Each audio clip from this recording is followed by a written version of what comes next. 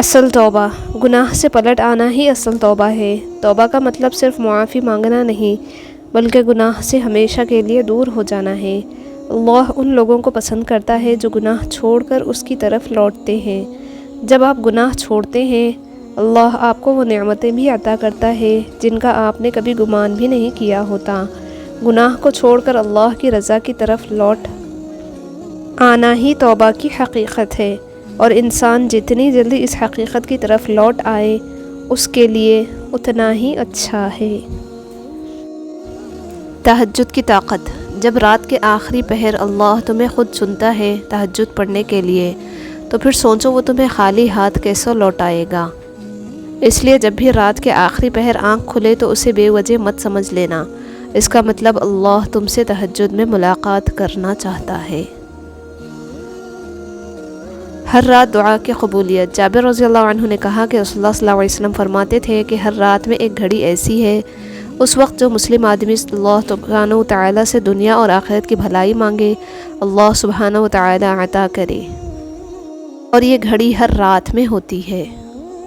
اگر تہجد میں کوئی خاص بات نہ ہوتی تو اللہ کیوں تہجد پڑھنے والوں کے لیے پہلے آسمان پہ آتا، صرف یہ پوچھنے کے لیے کہ انہیں کیا چاہیے۔ اللہ ان کی دعائیں 7 آسمانوں کے پار سے بھی سن سکتا ہے، لیکن پھر بھی اللہ ان سے ملاقات کے لیے تشریف لاتا ہے۔ تو جیسے اللہ نے تہجد کو باقی نمازوں سے جدا رکھا ہے، ویسے ہی اس نے تہجد پڑھنے والوں کو بھی سب سے جدا رکھا ہے۔ اللہ تہجد پڑھنے والوں کو سب سے خاص رکھتا ہے، اور ان کے لیے ایسے معجزے ہیں جو کسی کے لیے نہیں۔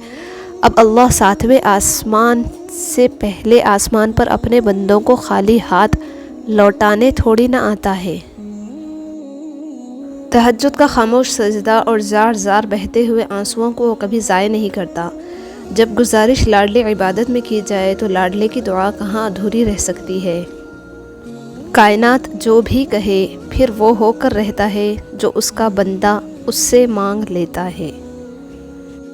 جب تمہیں کہیں سے کوئی امید نہیں رہتی تب وہ تمہیں تہجد کی لگن لگا دیتا ہے اور ایک نئی امید سے جوڑ دیتا ہے، اور پھر تم جان جاتے ہو کہ جو درد دن کے اجالوں میں نہیں سمٹ پاتا وہ رات کی تاریکیوں میں سمٹ جاتا ہے۔ تہجد وہ تمام معجزے کروا سکتی ہے جن کے متعلق دنیا والے کہتے ہیں کہ ہم عام انسان ہیں، ہمارے لیے کہاں ہوں گے ایسے معجزے۔ وہ شاید بھول جاتے ہیں کہ وہ رب معجزے کرنے پر قادر ہے، اور وہ ہم عام انسانوں کا بھی رحمان رب ہے۔ تہجد بہت طاقتور عبادت ہے کیونکہ یہ ثواب یا گناہ کے خوف سے عاری ہے۔ تہجد تک انسان تب پہنچتا ہے جب ساری حسرتیں دل کا ساتھ چھوڑ دیتی ہیں، پھر انسان یہ نہیں سوچتا کہ اتنا ثواب ملے گا یا اتنا گناہ ملے گا، تب بس انسان یہ سوچتا ہے کہ اللہ ملے گا اور اللہ سے ملاقات ہوگی۔ ساری بات توفیق کی ہوتی ہے۔ جب اللہ تعالیٰ ناراض ہوتا ہے تو سجدے کی توفیق بھی چھین لی جاتی ہے، فرض نمازیں بھی ادا نہیں ہو پاتی، اور جب وہ راضی ہو جائے تو آدھی رات کو جگا کر اپنے حضور کھڑا کر لیتا ہے۔ جہاں نماز پڑھو اس جگہ تھوڑی دیر بیٹھ جاؤ تاکہ بدن کے تمام حصوں میں سکون پیدا ہو جائے، پھر نماز کے لیے کھڑے ہو جاؤ۔ اس طرح کہ یہ خیال کرو کہ کعبہ تمہارے سامنے، پل صراط تمہارے پاؤں کے نیچے، جنت تمہارے سیدھے ہاتھ کی طرف، جہنم تمہارے الٹی طرف، اور موت کا فرشتہ تمہارے پیچھے کھڑا ہے، اور سمجھو کہ یہ تمہاری آخری نماز ہے۔ فضول خیالات سے نجات ملے گی۔ اللہ نیکی کی بات پھیلانے والے کو جزائے خیر عطا فرمائے، آمین۔ یہ سوچ کر پریشان نہ ہوا کرو کہ تمہارے ساتھ کوئی نہیں ہے، تمہارے ساتھ تو وہ ہستی ہے جو تمہارے دکھ کو سکھ میں اور غم کو خوشی میں بدلنے والی ہے۔ انسان چہرہ تو صاف رکھتا ہے جس پر لوگوں کی نظر ہوتی ہے، مگر دل کو صاف نہیں رکھتا جس پر اللہ کی نظر ہوتی ہے۔ انسان کی تمام پریشانیاں 2 باتوں کی وجہ سے ہے: تقدیر سے زیادہ چاہتا ہے اور وقت سے پہلے چاہتا ہے۔ نرم دل لوگ جلدی رو پڑتے ہیں، جلدی روٹھ جاتے ہیں، جلدی مان بھی جاتے ہیں۔ سنا ہے اللہ کو ایسے لوگ پسند ہے۔ لوہا کبھی خراب نہیں ہوتا، وہ ہمیشہ اپنے ہی زنگ سے برباد ہوتا ہے۔ اسی طرح انسان کو کوئی برباد نہیں کر سکتا، اس کی سوچ اور دوسروں سے امیدیں ہی اسے برباد کرتی ہے۔ کامیاب لوگ اپنے ہونٹوں پر 2 ہی چیزیں رکھتے ہیں: خاموشی اور مسکراہٹ۔ خاموشی مسائل سے دور رہنے کے لیے، مسکراہٹ مسائل کے حل کے لیے۔ لوگ کیا کہیں گے، یہ ایسی گھٹیا سوچ ہے جو اللہ کا ڈر نکال کے لوگوں کا خوف ذہن پہ غالب کر دیتی ہے۔ حضرت علی رضی اللہ عنہ نے فرمایا کہ دوست کو دولت کی نگاہ سے مت دیکھو، کیونکہ وفا کرنے والے دوست اکثر غریب ہوتے ہیں۔ لباس قیمتی ہو یا سستا، کردار کو نہیں چھپا سکتا۔ اپنے کردار کو اچھا کرو، ہر لباس میں اچھے لگو گے۔ کچھ لوگ آپ سے اتنی ہی محبت کرتے ہیں جتنا وہ آپ کو استعمال کر سکتے ہیں۔ جہاں ان کا مفاد ختم ہو، وہاں ان کی محبت بھی ختم ہو جاتی ہے۔ رحمت عالم صلی اللہ علیہ وسلم نے فرمایا کہ جو شخص مجھ پر درود پڑھتا ہے، ساتوں زمینوں آسمان کی ہر چیز، چرند پرند، شجر حجر اس کے لیے دعا کرتے ہیں۔ اندھیروں کی دنیا کو روشنی میں بدل دینے والا عمل درود پاک پڑھنا ہے۔ یہی وہ دوا ہے جو ویران دلوں کو آباد کرتی ہے۔ محبوب خدا صلی اللہ علیہ وسلم پر درود آپ خود نہیں پڑھتے، بلکہ آپ کو چن لیا جاتا ہے۔ آپ کی آواز کا سنا جانا بھی در رسول صلی اللہ علیہ وسلم کی حاضری کے برابر ہے۔ حضرت علی رضی اللہ عنہ نے فرمایا کہ زندگی میں ہمیشہ دو لوگوں سے دور رہنا، پہلا مصروف اور دوسرا مغرور۔ مصروف اپنی مرضی سے بات کرتا ہے اور مغرور مطلب کے لیے یاد کرتا ہے۔ کتنی گہری بات ہے کہ کسی بزرگ نے بولا کہ جو شخص صبح کے وقت آسمان کے تارے دیکھے گا، اس کی قسمت کا تارا ہمیشہ چمکتا رہے گا۔ انسان وہ لڑائی کبھی نہیں جیت سکتا جس میں دشمن اس کے اپنے ہوں۔ پسند اور محبت۔ ایک بزرگ سے کسی نے پوچھا کہ پسند اور محبت میں کیا فرق ہے؟ بزرگ نے جواب دیا کہ آپ ایک پھول دیکھتے ہو اور اسے توڑ کر اپنے پاس رکھ لیتے ہو، یہ پسند ہے، اور اگر آپ اس پھول کو روزانہ پانی دیتے ہو اور اس کا خیال رکھتے ہو تو یہ محبت ہے۔ رسول اللہ صلی اللہ علیہ وسلم نے فرمایا کہ جنت میں ایسے بالا خانے ہیں کہ جن کا بیرونی حصہ اندر سے اور اندرونی حصہ باہر سے نظر آئے گا۔ یہ سن کر ایک اعرابی نے کھڑے ہو کر عرض کیا کہ اللہ کے رسول صلی اللہ علیہ وسلم، یہ کس کے لیے ہے؟ آپ نے فرمایا کہ جو اچھی بات کرے، کھانا کھلائے، خوب روزے رکھے اور اللہ کی رضا کے لیے رات میں نماز پڑھے جبکہ لوگ سوئے ہوں۔ اللہ سے مانگنا کبھی مت چھوڑنا۔ اللہ نے تو ابلیس کو بھی دے دیا جو اس نے مانگا۔ تم اپنے آپ کو کتنا ہی گناہگار سمجھتے ہو، اللہ کو پکارنا مت چھوڑنا۔ الحمدللہ، ہمیشہ الحمدللہ کہیں اور یاد رکھیں کہ آپ کی زندگی لاکھوں سے بہتر ہے۔ قبولیت کا یقین رکھو۔ نبی صلی اللہ علیہ وسلم نے ارشاد فرمایا کہ تم اللہ تعالیٰ سے ایسی حالت میں دعا کیا کرو کہ تم قبولیت کا یقین رکھا کرو، اور یہ جان رکھو کہ اللہ تعالیٰ غفلت سے بھرے دل سے دعا قبول نہیں کرتا۔ حدیث پاک میں ارشاد ہے کہ صدقہ کر کے اپنے اور اپنے رب کے درمیان تعلق پیدا کرو، تمہیں رزق دیا جائے گا، تمہاری مدد بھی کی جائے گی اور تمہارے نقصان کی تلافی بھی کی جائے گی۔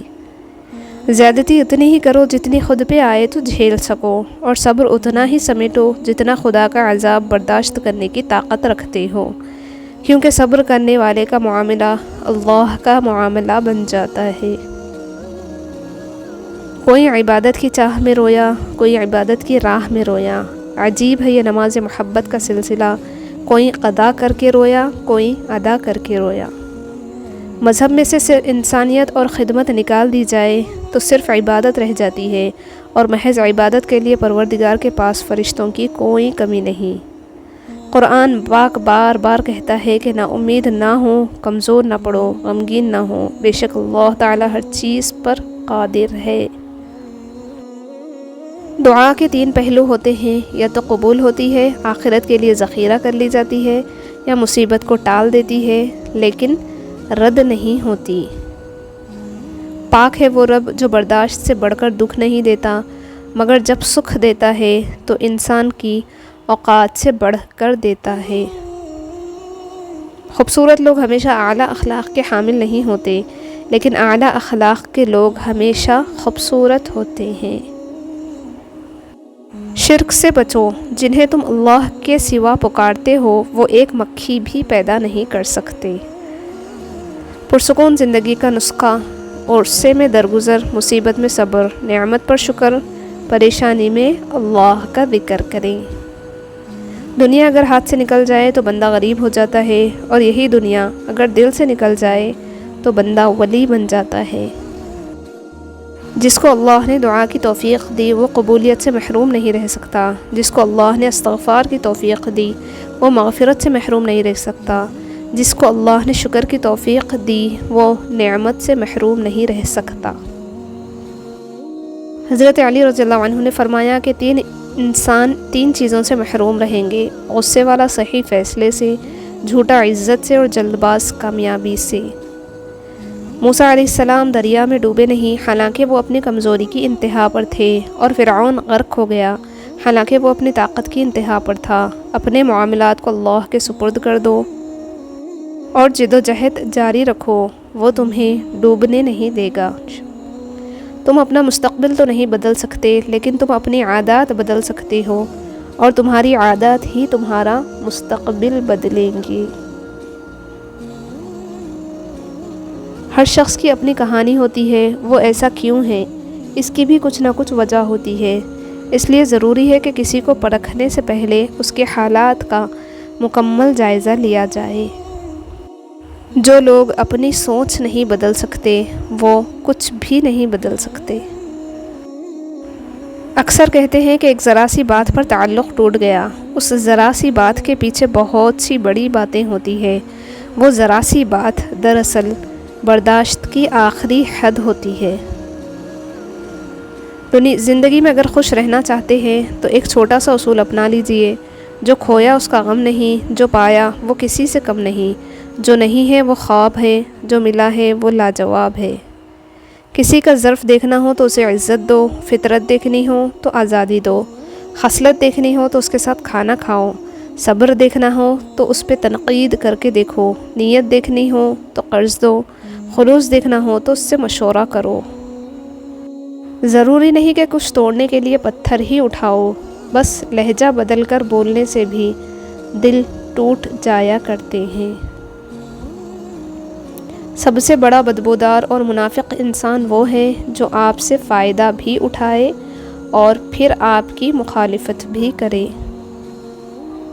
منافق کسی کا مخلص نہیں ہوتا۔ منافقوں کی زندگی صرف اپنے مفاد کے گرد گھومتی ہے، وہ کسی کے ساتھ بھی حقیقی طور پر مخلص نہیں۔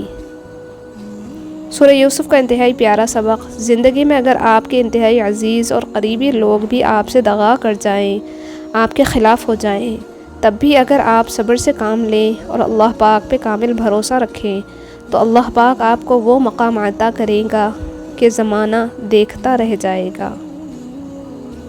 یا اللہ تو میرے نصیب میں وہ لکھ دے جس کی مجھے چاہت ہے، وہ دعا جو میری نمازوں میں، وہ دعا جو میرے وجود میں ہے۔ اے رحمان و رحیم، تو دلوں کے حالوں کو بہتر جانتا ہے، مجھے وہ عطا کر جس کی تمنا مجھے بے سکون رکھتی ہے۔ بے شک تو کن فیکن کا مالک ہے۔ آمین ثم آمین یا رب العالمین۔ یا اللہ پاک ہم سب کی مشکلیں ختم کر دے اور زندگی میں آسانیوں والے راستے پیدا فرما۔ آمین ثم آمین۔